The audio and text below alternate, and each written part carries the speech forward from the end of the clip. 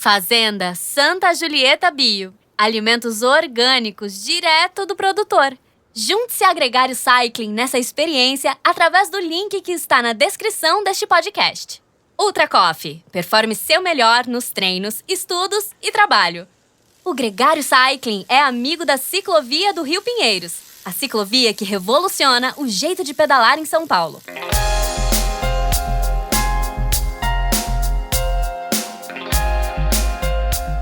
Dr. Felipe Savioli, estamos aqui no nosso terceiro episódio dessa série sobre doping. Obrigado e bem-vindo para esse nosso terceiro episódio. Eu queria que fosse muito mais episódios e acho que a gente vai fazer outras coisas juntos.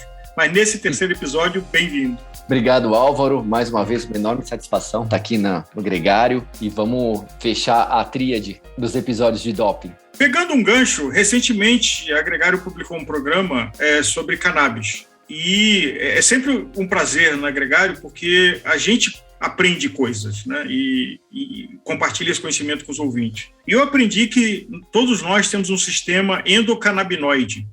Nem toda essa coisa que está acontecendo em cima, e não de legalizar o uso de maconha ou coisas desse tipo, mas a cannabis como suplemento, a cannabis como uma substância medicinal, e não é a sua especialidade, a gente tem pessoas no programa que falaram sobre isso, mas se você puder lembrar para a gente, o que é o sistema endocannabinoide?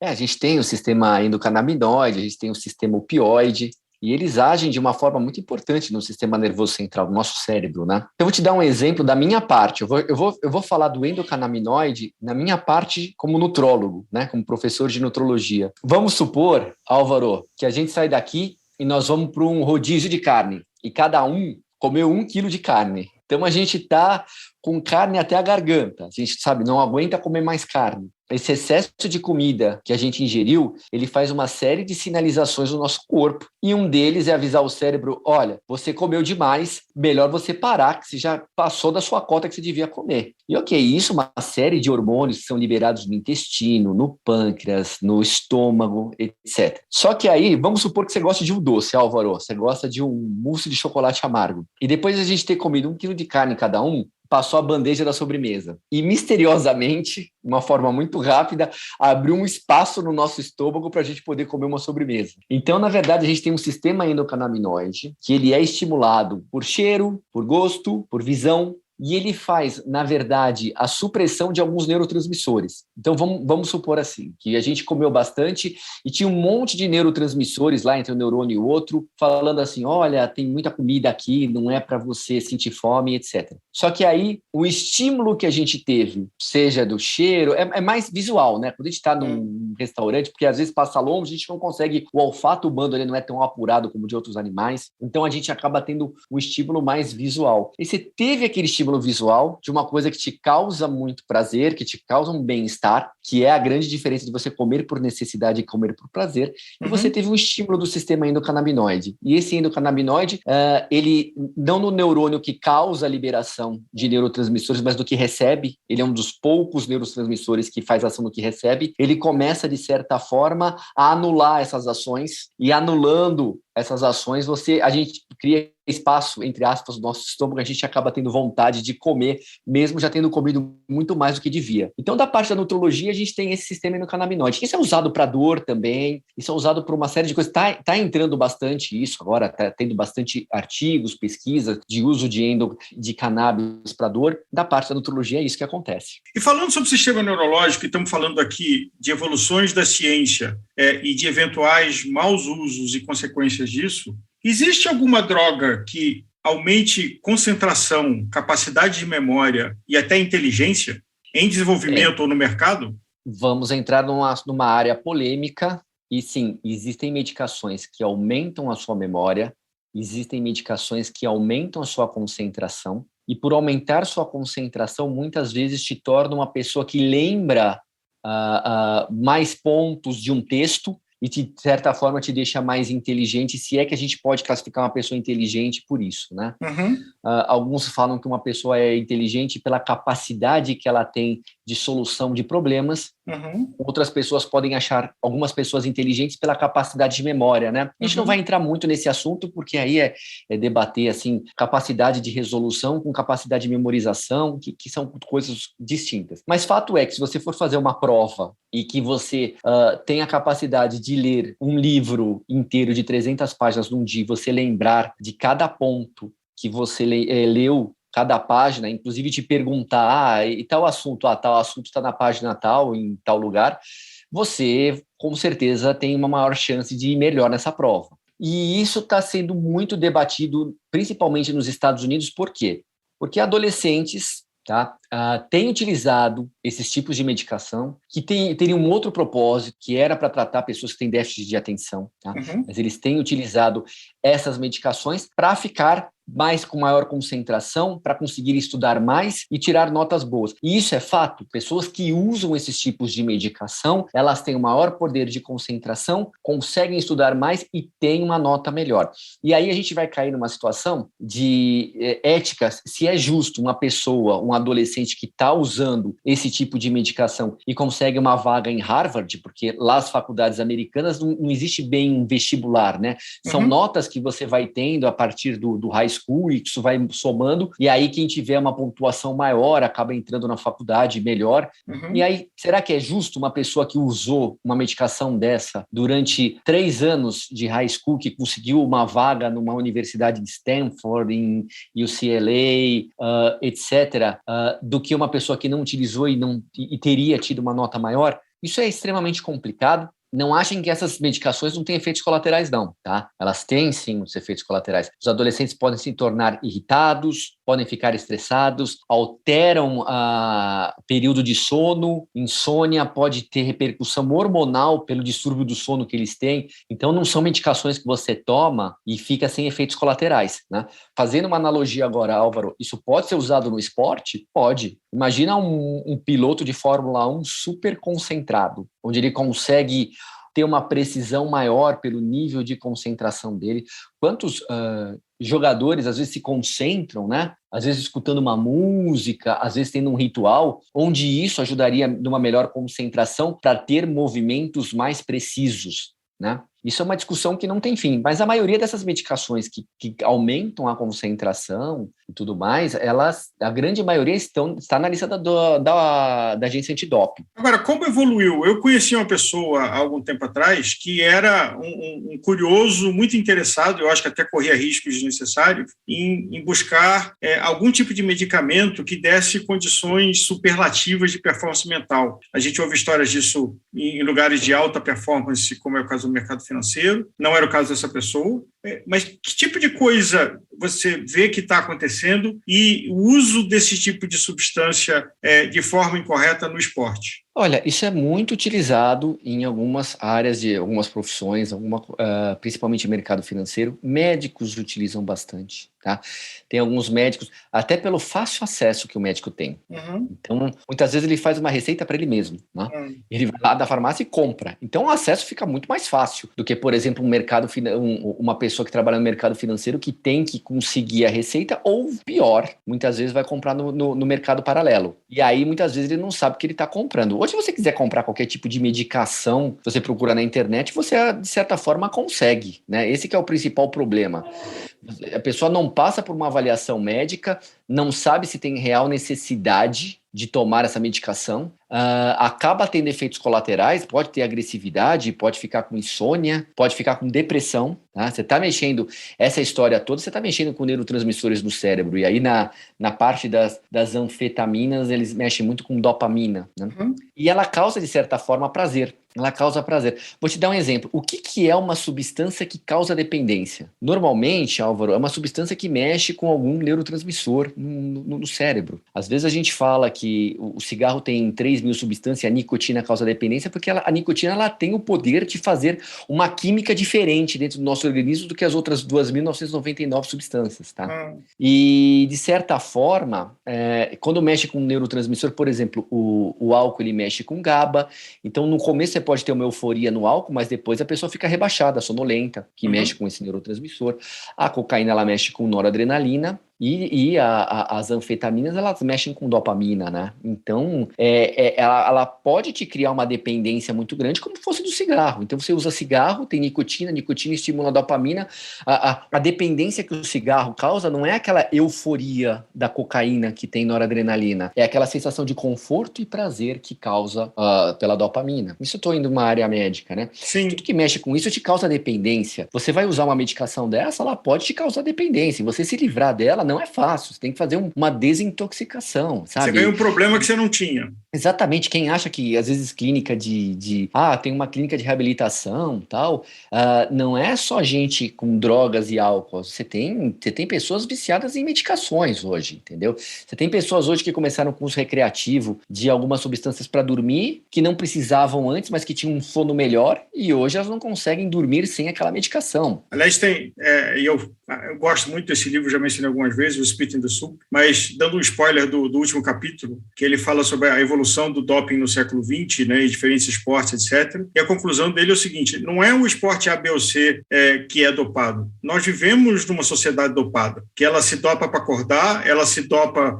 para fazer sexo, ela se dopa para dormir, ela se dopa para comer menos, ela se dopa para comer mais. Então, o que a indústria farma trouxe de conquistas absolutamente admiráveis, mas o quanto uma liberalidade regulatória e desinformação das pessoas está fazendo, assim, estamos esquecendo de arroz, feijão e sono, né? E talvez um chá antes de dormir e um pouquinho de meditação para relaxar e ter uma qualidade de sono, e começando a usar um monte de coisa pendurada que você toma um negócio para ajudar na outra, que depois a outra para compensar a primeira. Acho que como na sociedade como um todo, no mundo do esporte faz parte dessa sociedade. E você ainda tem um incentivo de performance. Exato. Eu fiz meu mestrado na área de fitoterápico, então sou bem suspeito para falar. Eu acho que tem fitoterápico que funciona, tem fitoterápico que não funciona, e tem um monte de fitoterápico que a gente não sabe se funciona ou não, porque a gente tem uma escassez de artigos de boa qualidade na literatura médica, tá? Uhum. Mas é fato que hoje, principalmente, eu que atendo, eu faço duas coisas do consultório. Eu faço atletas de endurance e emagrecimento, né? Uhum. É o que eu faço. Então, Felipe faz emagrecimento de pessoas, às vezes até sedentárias, onde eu oriento fazer exercício físico. Uhum. Mas às vezes a gente chega, quando o paciente está um pouco acima do peso e às vezes ele tem um pouco de ansiedade e depressão, acho que são duas situações que estão relacionadas com ganho de peso. A gente observa muito isso que você falou, Álvaro. Toma uma medicação para ansiedade, que dá um efeito colateral, e toma uma outra medicação para anular o efeito colateral, mas que gera um outro efeito colateral, que aí a pessoa vai ter que conviver com isso, e aí depois ela vai se consultar num outro colega para ver se consegue contornar o efeito colateral da medicação, que estava controlando o efeito colateral da primeira medicação. Assim, muitas vezes a pessoa só de fazer exercício físico durante o dia já teria consertado essa situação, entendeu? Agora, e falando de consertar e olhando para frente, uma coisa que você começa a falar já há algum tempo e acho que pouca gente conhece, e eu me incluo nessa lista, é o doping genético. O que é o doping genético? Em que estágio isso está? E no caso do uso esportivo e no caso do mau uso esportivo, como é que está isso? Quem é mais velho, quem tem a minha idade aí, 41, 42, vai se lembrar bem, e mais velhos que eu, vai se lembrar do projeto Genoma, que teve, a gente vai saber todo o código genético humano, e isso vai trazer um avanço para a medicina que vai ser fantástico. De fato, causou, mas não do jeito que a gente imaginava, tá? Primeiro que a gente viu que a gente tinha muito menos genes do que a gente imaginava, muito menos, tá? E uma coisa é saber que o gene está lá, outra coisa é saber para que ele funciona. E aí tem uma terceira pergunta que a gente está se fazendo. Ele funciona esse gene sozinho ou ele funciona com outros genes de uma forma que eles têm uma ação integrada? Então, o que aconteceu? A gente começou a ver que tinha muitas pessoas que estavam acima do peso por genética, tinham pessoas que tinham dificuldade de ganhar massa muscular por genética, e que muitas vezes não era um gene só. E hoje a gente sabe, por exemplo, a gente sabe que existem as obesidades monogenéticas, né? Que basta a pessoa ter um gene alterado para ter quadros extremamente graves de pessoas assim que, quando crianças mesmo, tornam-se agressivas quando não recebem comida, sabe? Tentam agredir os pais, e isso não é culpa dela, isso é genética, tá? Mas esse é um outro assunto. Então a gente começou a mapear o gene. A gente sabe então que, olha, esse gene aqui, ele está relacionado com produção de testosterona. Esse gene aqui, ele está mais relacionado com produção de eritropoetina. proteína. Esse gene aqui, ele está mais relacionado com produção de cortisol, quando estimulado esse gene. Então, o que a gente fez? A gente pegou uns vírus e a gente botou um material genético dentro dos vírus. E a gente colocou dentro das pessoas. E dentro das pessoas, aqueles vírus, eles tinham a capacidade de ir na célula e trazer a informação que eu tinha colocado para eles fazerem. Que era o quê? Produzir mais testosterona, produzir mais eritropoetina, produzir mais cortisol, etc., de acordo com a minha vontade, do que era interessante no meu planejamento. Então, o paciente, eu pegava um atleta e eu podia fazer uma injeção nele, uma administração de vírus que tinham a propriedade de aumentar a produção de testosterona dele. Então, a testosterona dele, que era de 400, 500, ia para 900, 1000, uma única aplicação. E isso tinha-se uma certa dificuldade de detecção. Porque para fazer a detecção disso tinha que fazer um teste de PCR de carga genética replicado inúmeras vezes, que era para ter entrado nas Olimpíadas do Rio e não entrou, e aí depois tentaram fazer via Austrália, é uma história longa isso. Mas aí eu posso chegar num atleta e falar assim, olha, eu posso, na verdade, com essa terapia gênica, comandar algumas situações, como, por exemplo, um paciente oncológico, paciente que está fazendo quimioterapia, que tem um tumor. E eu posso, de certa forma, fazer a aplicação disso de situações onde ele vai poder produzir mais uma substância X ou Y, que vai, se não curá-lo, mas dar um conforto maior para o tratamento. Tá? E aí isso caiu para o esporte. Né? Caiu para o esporte, primeiramente, pela enorme dificuldade que se tinha no começo do doping genético de se detectar isso. Tá? E começo a gente está falando de que época? 2000.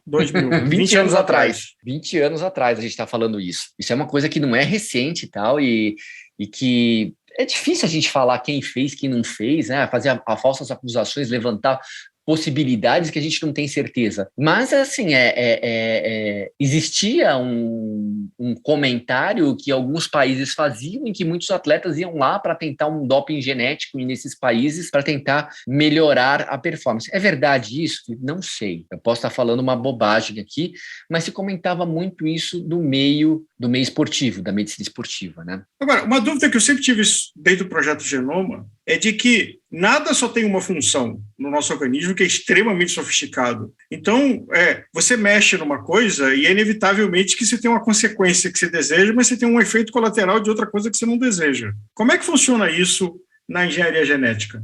A gente sabe, por exemplo, que um aumento de eritropoetina pode favorecer fenômenos tromboembólicos, então é mais comum ter alguns infartos, entre aspas, não assim, problemas vasculares, até infartar, até ter um AVC, tá? Um AVC isquêmico. A gente sabe que isso aumenta. A gente sabe que o uso de testosterona ela faz uma alteração muito grande no lipidograma. Lipidograma é colesterol, ele baixa HDL e aumenta LDL, né? Aumenta a pressão arterial. Isso é feito, mas infelizmente, de certa forma, isso um teste que você vai fazer antidoping, ele não vai fazer exames para ver se você está com maior tendência a ter fenômenos tromboembólicos por aumento de viscosidade. Ele não vai te dosar um hemograma para ver o hematócrito, vamos dizer assim, sabe?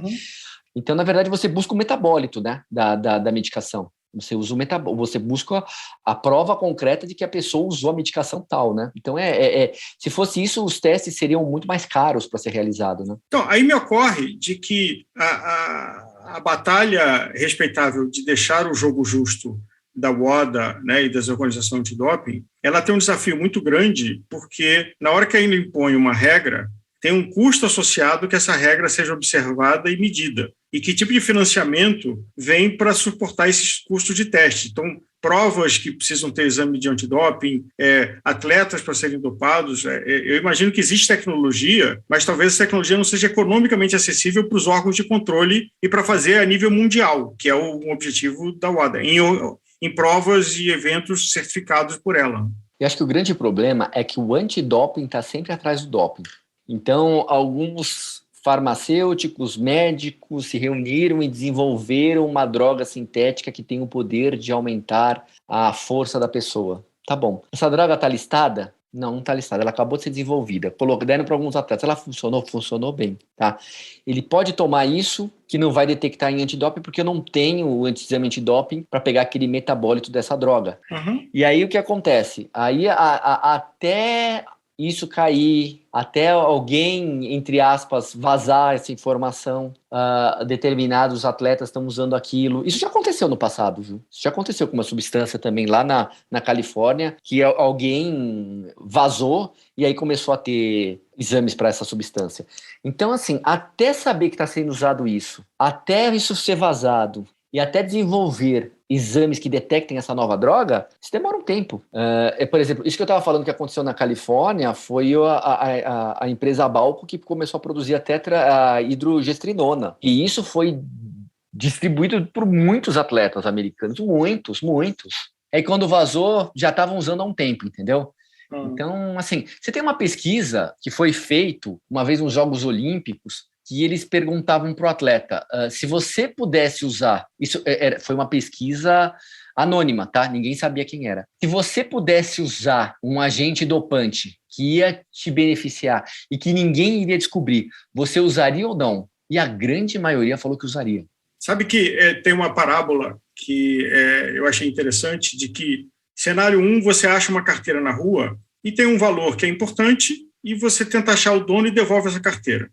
O cenário 2 é que você acha uma carteira na rua que tem um valor importante e que aquele valor pode salvar a vida do seu filho de um medicamento que você não tem para consumir e mesmo assim você devolve a carteira. Então, assim, eu acho que o cenário 2 é realmente um teste de valores do que o cenário 1. O cenário 1 é civilizado, é correto, é o que deve ser feito. Mas aonde os seus valores realmente serão testados é no cenário 2, onde você tem uma motivação muito forte para pegar o que não é seu. Verdade. E às vezes o doping não precisa de tanta tecnologia. Tá? A gente viu nos Jogos de Inverno, lá na Rússia, que qual que era o doping que eles faziam? A maioria dos atletas utilizaram substâncias dopantes e eles tinham um buraco na parede. Sim. Um buraco se passava a garrafinha de urina, e trocava por uma que alguém tinha urinado lá. Ponto final. Então, assim, às vezes era uma coisa tão... rudimentar. Sim, rudimentar. O que eles fizeram? Não, tá todo mundo dopado? Tá. Vamos fazer um buraco na parede secreto que você vai me dar urina aqui, que eu vou pegar, eu vou dar um sumiço. E o escritório de controle é vizinho ao escritório do doping, então você só tá um do lado do outro. Exato, e eu te dou umas urinas aqui do pessoal que não tomou nada, e ponto final. Olha isso. Felipe, estamos chegando no final do nosso terceiro episódio. Há quantos anos você estuda a ciência e o metabolismo e a nutrição? Olha, eu estudo isso há mais ou menos uns 12, 14 anos. O quanto você acha que nós conhecemos do metabolismo humano hoje, de 0 a 100? Acho que tem muita coisa que a gente tem que saber. Eu acho que uns 30%, 40%. Tem muita coisa da parte de proteínas sinalizadoras, de ambiente estimulando. Eu acho que tem muita coisa para a gente avançar ainda nisso. De fitoterápicos, tem muitas substâncias que a gente nem conhece, que a gente precisa avaliar ainda, como é que o efeito deles no nosso corpo. Então, assim, tem muita estrada ainda nessa história. O que talvez eu fiz essa provocação, e isso aqui não foi combinado no roteiro, mas eu imaginava a sua resposta, de que é mais um sinal de atenção de quando alguém resolve tomar medicações sem orientação ou numa visão de curto prazo, porque a gente conhece muito pouco sobre os efeitos de longo prazo de várias substâncias e pode ter um preço muito caro para pagar por um objetivo ou uma vaidade de curto prazo. Até pela história de quantas medicações que a gente colocou no mercado tivemos que tirar e tinha passado por inúmeros testes, por um número grande de pessoas, e aí depois você vai lá e tem que tirar a medicação porque ela dá um monte de efeito. Então, saúde, não esqueça do arroz, feijão, sono e um bom treino. E claro que a medicina existe para ajudar situações específicas, mas não para turbinar o ego por uma coisa de uma medalha de fim de semana. Felipe, muito obrigado por estar com a gente nesses 3 episódios. Vão ter mais coisas para a gente fazer junto e talvez voltar na linha do tempo do que a gente conversou aqui e que a gente achou que ia evoluir, como está evoluindo. Eu que agradeço mais uma vez o convite e pode ter certeza que todos os convites que vierem da Gregário vão ser aceitos, que eu tenho o maior prazer do mundo de estar aqui conversando com vocês sobre medicina do esporte e nutrologia.